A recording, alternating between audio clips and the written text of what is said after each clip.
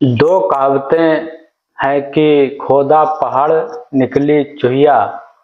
यानी बहुत परिश्रम के बाद भी कुछ रिजल्ट ना निकलना। और एक कहावत और कही जाती है कि गांव में कहते हैं लोग ढकौआ के चार पतौआ। तो जो लोग समझते हैं इसे समझ लेंगे। ये सूची हमारे हाथ में है, देख सकते हैं आप। और करीब 35-40 पेज हैं। और ये सूची है प्रधानमंत्री विश्वकर्मा योजना की। इससे पहले कि हमारे 2 वीडियो हैं प्रधानमंत्री विश्वकर्मा योजना के संबंध में, मैंने उसमें बताया। एक आदर्श आचार संहिता के पहले का है, मतलब मार्च का, और 1 अप्रैल का शायद होगा। तो उस योजना में मैंने प्रधानमंत्री विश्वकर्मा योजना की जानकारी दी कि किन किन कैटेगरी में किस तरह के काम करने वाले लोग इस योजना में आवेदन कर सकते हैं। ये सूची मैं इसलिए दिखा रहा हूँ, इसमें करीब 500 आवेदक हैं, 500 लोगों ने आवेदन किया है। उनकी ये सूची है सारी ये। और एक बहुत बड़ी कमी, मैं इसीलिए कहता हूं कि आप वीडियो को ठीक से देख लीजिए, सुन लीजिए और लोगों तक शेयर कर दीजिए। बहुत सारी योजनाओं का लाभ लोग इसीलिए नहीं ले पाते हैं कि उन्हें सही से जानकारी नहीं होती है। और यही हुआ है इस सूची में। यह एक नमूना मात्र हो सकता है आपके लिए, लेकिन अमूमन लगभग यही स्थिति निकलेगी जहां भी आवेदन किए हैं, क्योंकि लोगों को ठीक से जानकारी इसकी नहीं हुई, ना लोगों ने जानकारी करने का प्रयास किया। 18 तरह के काम थे प्रधानमंत्री विश्वकर्मा योजना में।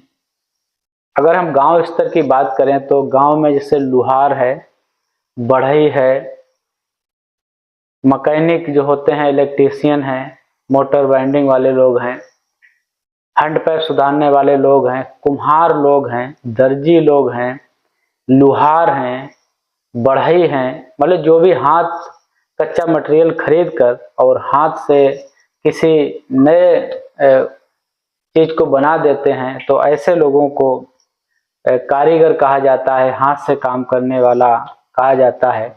और विश्वकर्मा योजना से, जिसमें विश्वकर्मा, जो विश्वकर्मा भगवान होते हैं, उनकी जयंती भी हमारे यहाँ मनाई जाती है। जो भी कारीगर होते हैं वो विश्वकर्मा जयंती मनाते हैं। तो उससे ही साफ होता है कि जो भी हाथ से काम करने वाले लोग हैं, कारीगर लोग हैं, उनके लिए सरकार ये योजना लाई है। और इस योजना का उद्देश्य ये था कि जो भी क्षेत्र में जो भी कारीगर काम कर रहा है, हो सकता है कि उसके पास ठीक से औजार ना हो काम करने के लिए, या हो सकता है वो इतना कुशल ना हो कि अपने काम को वो ठीक से कर सके। तो सरकार ने इस योजना में जो काम कर रहे थे लोग, जो कारीगरी काम कर रहे थे, उनको और दक्ष बनाने के लिए और कुशल बनाने के लिए इस योजना को आरंभ किया है कि लोग अपने क्षेत्र में निपुण बने। और उसके लिए सरकार ने आवेदन मांगे थे। आवेदन मांगने के बाद सत्यापन आवेदन का होना था, और साथ ही साथ अगर वो पात्र पाए जाते थे तो उनको 15 दिन का प्रशिक्षण उनको दिया जाता, जिससे उनकी कार्य कुशलता में और वृद्धि होती। साथ ही साथ औजार खरीदने के लिए उन्हें सरकार पैसे भी देती, 15,000 रुपए। इसके बाद में उन्हें अपना स्वरोजगार करने के लिए, अपने कार्य को और आगे बढ़ाने के लिए बैंक द्वारा 5% ब्याज पर 3 लाख रुपए तक की देने की व्यवस्था सरकार ने की है। योजना अब भी संचालित है। तो इस वीडियो को देखिएगा और मेरे पीछे वीडियो भी देख लीजिएगा। इस सूची को दिखाने का मकसद सिर्फ जो है वो गलती मैं आपको बताऊंगा कि यहाँ पे लोगों ने क्या गलती की है। ये 8 ग्राम पंचायतों के फॉर्म आवेदन सूची है, जिसमें करीब 500 लोग हैं जिन्होंने आवेदन किए हैं। और सारे के सारे दर्जी में आवेदन किए हैं, मतलब सिलाई के काम के लिए आवेदन किए हैं। इसकी बहुत बड़ी जो गलती हुई है, जो कारण है, वो लोगों को योजना का ठीक से जानकारी ना होना इसका मुख्य कारण बन गया। कोई एक व्यक्ति जिसने दर्जी के लिए अपने आवेदन कराया, और ये सारे आवेदन ऑनलाइन होते हैं, जन सुविधा केंद्र पर होते हैं। तो वहाँ लोगों ने सारे के सारे आवेदन दर्जी के लिए कर दिए।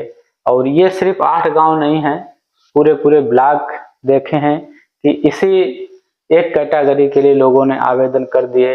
लोहार के नहीं है, कुम्हार के नहीं है, बढ़ई के नहीं है, चमार के नहीं है, मोची मतलब उनके नहीं है, और नाव बनाने वाले हैं, बहुत सारे लोग हैं, जाल बनाने वाले लोग हैं, कहीं कोई आवेदन नहीं हुआ है। तो क्या समझूं, ये सारे आवेदन हमें जांच करने के लिए मिले हैं, क्योंकि ये सारे दर्जी नहीं हैं, दर्जी का काम भी नहीं करते हैं, किसी के कहने पे अनसुनी आदि अधूरी जानकारी के आधार पर इन्होंने आवेदन किए हैं। तो ये सारे आवेदन निरस्त करने पड़ेंगे, इनको अपात्र होना है, क्योंकि ये व्यक्ति दर्जी का काम नहीं करते हैं, ना ही इन्हें सिलाई आती है, ना इनके पास सिलाई के कोई उपकरण पहले से हैं। तो अब आप ये समझ लीजिए कि जब भी आप आवेदन करें तो थोड़ा सर्च कर लें, गूगल पे चले जाएं, प्रधानमंत्री विश्वकर्मा योजना को जब सर्च करेंगे तो उसमें उसकी कैटेगरी आ जाएगी, उसमें उसके भाग आ जाएंगे, कौन कौन लोग उसमें आवेदन कर सकते हैं। तो 18 तरह के विकल्प हैं वहाँ पे। अगर आप अपने कार्य क्षेत्र में कार्य कुशलता लाना चाहते हैं और आर्थिक मदद चाहते हैं सरकार से, तो आप इसके लिए आवेदन करें, अन्यथा आवेदन की आवश्यकता नहीं है। हमारे चैनल पर अगर आप नए हैं तो फिर से मैं रिक्वेस्ट करूंगा कि हमारे चैनल को सब्सक्राइब कर लें। सब्सक्राइब करने का कोई फीस नहीं होता है, कोई दिक्कत आपको नहीं होती है। वीडियो के नीचे एक साइड में देखिए सब्सक्राइब लिखा हुआ होगा, वहां पे सिर्फ आपको उंगली से टच करना है, छूना है, उसे छूने से ही हमारा चैनल सब्सक्राइब हो जाएगा। ये कमियां बहुत बड़ी कमी है। आप लोग वीडियो जो भी 2 वीडियो मैंने डाले में देखा तो उस पर बहुत कम व्यूज हैं, इसके मतलब लोग ने उसे देखा नहीं, समझा नहीं और आगे नहीं बढ़ाया। तो उस गलती का परिणाम ये है कि 500 लोगों ने जो आवेदन किए हैं वो सारे आवेदन हमें निरस्त करने पड़ेंगे। ये सिर्फ 8 ग्राम पंचायतों के हैं, ब्लॉक है, जनपद है, पूरा देश है, और हमें लगता यही सारी परिस्थितियां सभी जगह होंगी। अगर आप में से किसी ने आवेदन किया है, किस क्षेत्र के लिए आवेदन किया है, किस कारीगरी के लिए आवेदन किया है, आप मेरे टिप्पणी में नीचे दर्ज करिएगा, बताइएगा और अपना जनपद बताइएगा कि देखें कहां से क्या निकल कर आता है। और हमारे वीडियो आप देखिए, उन्हें शेयर करिए, लोगों तक भेजिए। सही जानकारी ही किसी योजना का लाभ आपको दिलवा सकती है, अन्यथा इसी तरह की स्थिति होगी जो मेरे हाथ में है।